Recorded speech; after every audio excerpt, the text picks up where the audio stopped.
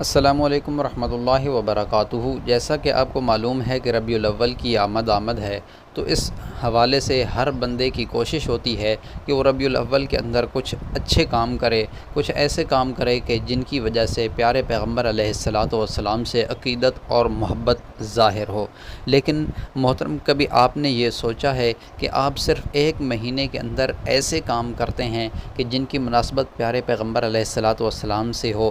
کیا پیارے پیغمبر علیہ الصلاۃ والسلام نے یہ حکم نہیں دیا تھا کہ آپ نے قرآن و سنت کو اپنانا ہے اور اس کے اوپر عمل کرنا ہے؟ کیا پیارے پیغمبر علیہ الصلاۃ والسلام نے نماز کا حکم نہیں دیا تھا؟ کیا پیارے پیغمبر علیہ الصلاۃ والسلام نے روزے کا حکم نہیں دیا تھا؟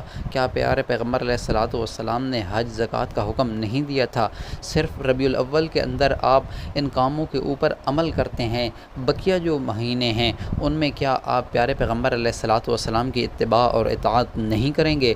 پیارے پیغمبر علیہ الصلاۃ والسلام سے محبت اور عقیدت تو اس حد تک ہونی چاہیے کہ ہماری ہر لمحہ، ہر وقت پیارے پیغمبر علیہ الصلاۃ والسلام کی اتباع میں گزرے اور ہم حضور علیہ الصلاۃ والسلام کے بتلائے ہوئے طریقے کے مطابق چلیں۔ ہمارا اٹھنا بیٹھنا، کھانا پینا، چلنا پھرنا، سلام دعا کرنا، سب کچھ جو ہے وہ پیارے پیغمبر علیہ الصلاۃ والسلام کے بتلائے ہوئے طریقے کے مطابق ہوگا، تبھی ہماری کامیابی ہے۔